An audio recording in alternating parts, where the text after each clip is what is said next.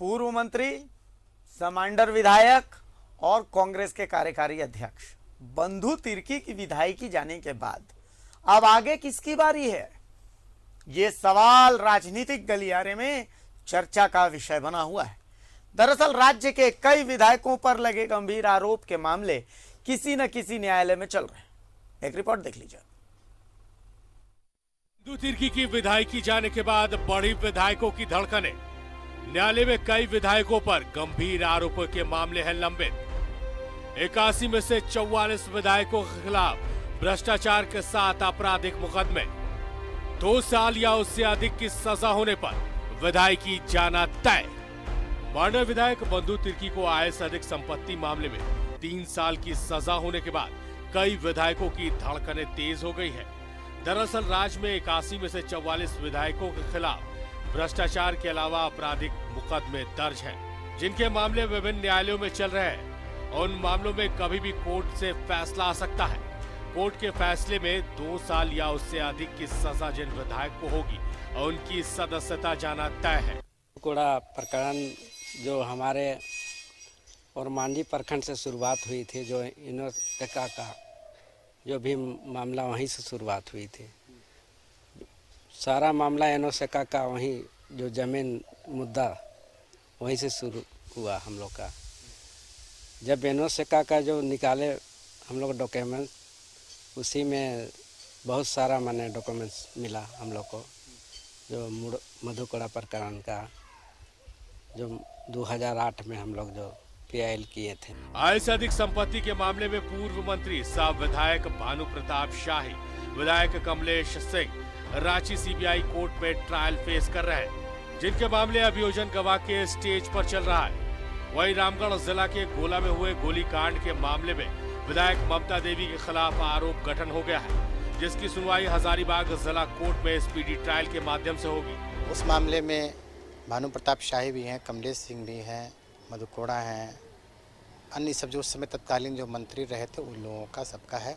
और अभी जो स्टेज चल रहा है माननीय न्यायालय में, उस स्थिति अभी एविडेंस में प्रोसिक्यूशन एविडेंस पर चल रहा है।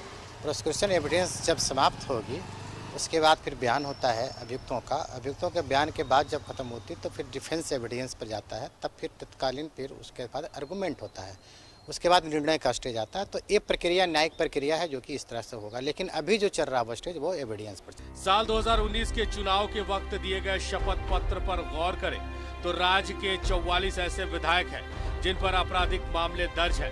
विधायक बंधु तिर्की से पहले आजसू विधायक कमल किशोर भगत, निर्दलीय विधायक इनोसेका, जेएमएम विधायक अमित महतो और योगेंद्र प्रसाद की सदस्यता जा चुकी है। दर्ज आपराधिक मामलों की फेहरिस्त देखें तो कोई भी दल इससे अछूता नहीं है।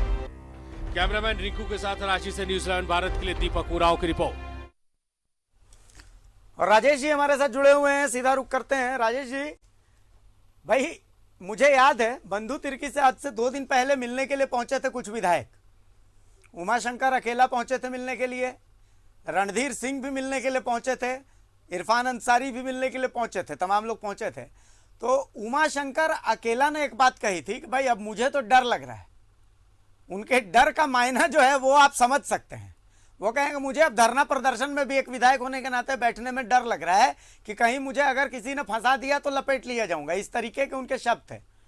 तो मतलब बंधु तिर्की के बाद अब सवाल ये उठ रहा है, चूंकि बहुत सारे विधायक कतार में खड़े हैं, चाहे आप ममता देवी की बात कर लीजिए, आप बात कर लीजिए अंबा प्रसाद की, आप बात कर लीजिए भानु प्रताप शाही की, बहुत सारे ऐसे विधायक हैं जो कतार में खड़े हैं। तो मतलब सवाल यही उठ रहा है कि इसके बाद अगला नंबर किसका हो सकता है। राजेश जी देखिए, अगला नंबर किसका होगा यह तो न्यायिक प्रक्रिया के माध्यम से तय होगा, क्योंकि जिनके ऊपर, जिन विधायकों के ऊपर जो आरोप हैं और उसके संबंध में सब्सटेंशियल एविडेंस अगर हैं, तो आपने ये भी देखा होगा कि कई विधायक जो है बरी भी हो जाते हैं। उनके ऊपर जो आरोप लगे होते हैं उसमें जो साक्ष्य होते हैं वो उस आरोप को पुष्ट नहीं करते, इस कारण से बरी भी हो जाते हैं। लेकिन जिनके खिलाफ सब्सटेंशियल एविडेंस है, यानी वो उस कांड में या उस बात में, जैसे बंधु तिर्की के मामले की बात करें तो उसमें जो सब्सटेंशियल एविडेंस था वो सीबीआई को हाथ लगा, और जिस कारण से आज जो परिणाम निकले हैं, जो जजमेंट आए हैं और जिस कारण से उन्हें सजा हुई है, तो आप देखें कि कोर्ट न्यायिक प्रक्रिया के तहत एविडेंस पर सब काम होता है। अब दोनों पक्ष रहते हैं, जो आरोप लगाते हैं या फिर जो डिफेंस करते हैं, वो सभी लोग अपने अपने तरफ से साक्ष्य प्रस्तुत करते हैं, गवाही गुजरती है।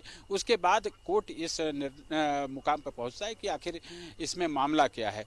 बहुत सारे ऐसे एविडेंस है कि बड़े बड़े मामले हैं जिसमें अगर किसी भी रूप से कि कोई विधायक या माननीय उसमें शामिल या आरोपी बनाए जाते हैं, तो बाद में सब्सटेंशियल एविडेंस के अभाव में वे बरी भी हो जाते हैं। लेकिन यहाँ पर झारखंड की बात करें तो मैं पूरे देश की बात नहीं कर सकता, लेकिन इतना लगता है कि जितने आय से अधिक संपत्ति के मामले में विधायक यहाँ पर दागी हैं, और वह शायद ही दूसरे प्रदेशों में हो, और जो जांच एजेंसी है उनके पास अगर एविडेंस है तो फिर वैसे विधायक हों या वैसे जो भी है पूर्व विधायक हों, या फिर जो भी कोई कांड हुआ है, जैसे आप गोला कांड की बात कर रहे हैं, या फिर आपने देखा कि योगेंद्र साव को भी सजा मिली, तो ऐसे में एविडेंस बहुत मायने रखता है।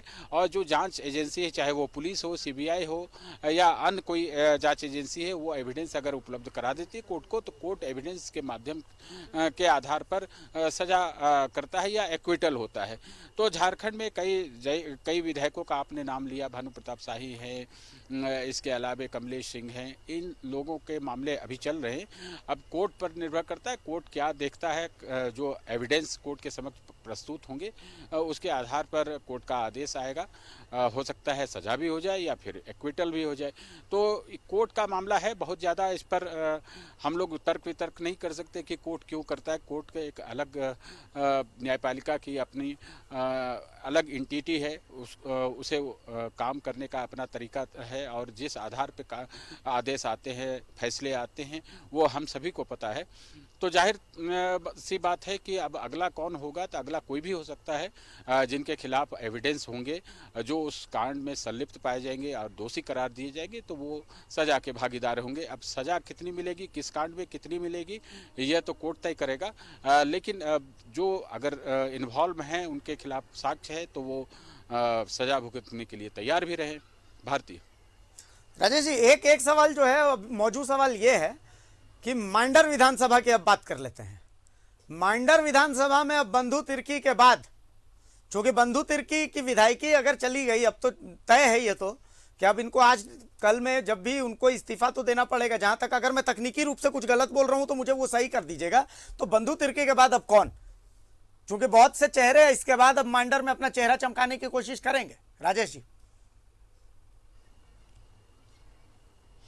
देखिए राजनीतिक बातें हैं, और आप देखिए कोई भी राजनीतिक व्यक्ति है जो सांसद है, विधायक है, तो वो अपने पीछे भी एक पारिवारिक पृष्ठभूमि तैयार कर लेता है, जो कि राजनीतिक क्षेत्र में आने के लिए अवसर उन्हें चाहिए। तो ऐसे अवसर में देखा जाता है कि कई बार आप देखें कि सिल्ली के पूर्व विधायक जो हैं, वो जब सजा हुई वे उन्हें इस्तीफा देना पड़ा, तो जो चुनाव हुए तो उसमें फिर उन्होंने अपनी पत्नी को खड़ा किया। तो ऐसे में ये बहुत माना जाता है कि जो विधायक अगर एक्यूज बन गए और उसके बाद वो सजा उन्हें हो गई और वे चुनाव लड़ने से उन्हें इस्तीफा देना पड़ा और वो भविष्य में चुनाव लड़ने के काबिल नहीं रहे, तो अमूमन देखा जाता है कि वो अपनी पत्नी को या फिर अपने बच्चे को उस जगह से खड़ा कर देते हैं। एक सिंपैथेटिक सीन भी बन जाता है कि इन्हें देखिए, ये इन कारणों से सज़ा मिली, ये जनता के कॉज के लिए लड़ रहे थे, इस कारण से इन्हें ये सज़ा मिली, और तो ये सहानुभूति भी बटोरने की कोशिश होती है। तो ऐसे कई लोग हैं वहाँ पे। बंधु तिर्की अगर का इस्तीफा होता है, वो चुनाव नहीं लड़ पाते हैं, तो ऐसे में उनके परिवार के कोई सदस्य खड़ा चुनाव लड़ सकते हैं। तो आमतौर पे यही देखा जाता है। वैसे वहाँ पर देखिए बीजेपी भी 2014 के चुनाव में गंगोत्री कुजूर वहाँ से विधायक चुनी गई थी, तो रोमांचक मुकाबला हो सकता है। अब क्योंकि सरकार में बंधु तिर्की सरकार के विधायक माने जाते हैं कि चूँकि कांग्रेस के विधायक हैं, तो जनता वहाँ की क्या सोचती है ये जनता पर निर्भर करता है कि वो उपचुनाव होगा, उपचुनाव होना ही है, तो ऐसे में बीजेपी को वो अपनाती है या फिर कांग्रेस के प्रत्याशी कोई जो भी होंगे बंधु जी की जगह पे उन्हें अपना समर्थन देती है, तो ये तो भविष्य के गर्भ में है। लेकिन कई ऐसे उम्मीदवार हैं, कांग्रेस की वो सीट है तो साझेदार जो अलायंस है अभी वर्तमान में जो सत्ता में अलायंस है उसके हिसाब से कांग्रेस के प्रत्याशी वहाँ होंगे और जेएमएम और आरजेडी का समर्थन होगा। ऐसे दूसरी तरफ बीजेपी के प्रत्याशी होंगे। तो उपचुनाव जो होगा वो अच्छा रहेगा, कांटेदार रहेगा, क्योंकि इससे पहले जो भी चुनाव हुए हैं आप देखो बेरमो में, दुमका में, तो उस समय ऐसी परिस्थिति थी कि वहाँ पर सरकार ही बनी थी, सत्ता परिवर्तन हुआ था, तो बहुत सारी चीज़ें बहुत यथावत थी, लोगों का अफेक्शन जो है अलायंस के प्रति, जो रूलिंग पार्टी है उसके प्रति थी, तो उसी हिसाब से समर्थन भी मिला। आप देखें कि दोनों सीटें जो है गठबंधन के पाले में गई। अब ये परिस्थितियां है, बीजेपी के नेताओं से हमारी बात हो रही थी, खासतौर पर गंगोत्री कुजूर के से हमारी बात हुई। उन्होंने कहा कि जनता सरकार के कामकाज का मूल्यांकन करेगी और बीजेपी को वोट करेगी। उन्होंने कहा कि सरकार के कामकाज से लोग असंतुष्ट है, इसलिए बीजेपी का पलड़ा भारी है और बीजेपी के प्रत्याशी उपचुनाव में जीतेंगे।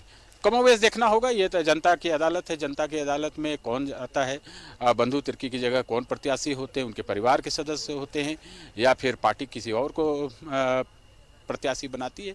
क्योंकि आप जानते ही हैं कि बंधु तिर्की पहले जेवीएम से चुनाव के टिकट पर 2019 के चुनाव में जीते थे, बाद में पार्टी में फूट पड़ गई या जो भी हुआ, विलय हो गया बीजेपी का जेवीएम में, तो वो लोग अलग एक फैक्शन बना लिए, वो और प्रदीप यादव, तो वो कांग्रेस के पाले में चले गए और कांग्रेस के विधायक माने जाते हैं, रिकॉग्नाइज किए जाते हैं। तो अब देखना होगा कि उपचुनाव में कांग्रेस उस सीट पर से बंधु तिर्की के किसी परिवार के सदस्य को देती है या फिर कोई अलग चेहरा हो सकता है।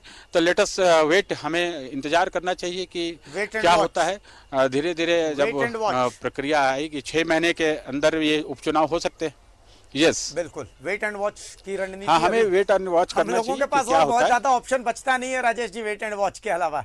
चलिए, बहुत शुक्रिया आपका इस तमाम जानकारी के लिए, इस तमाम चर्चा के लिए। तो देखिए, राजेश जी हमारे साथ जुड़े हुए थे। माइंडर का भविष्य क्या होने वाला है ये तो भविष्य के गर्त में देखेंगे, अगली बारी किसकी है, चाहे सजा याफ्ता कौन होता है ये देखना है, और माइंडर का किंग बन करके कौन उभरता है ये भी देखना है।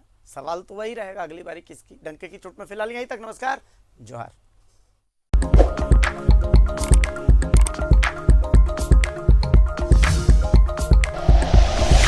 Like and share videos, subscribe करें हमारा चैनल और प्रेस करें बेल आइकॉन। न्यूज़ 11 भारत, सच है तो दिखेगा।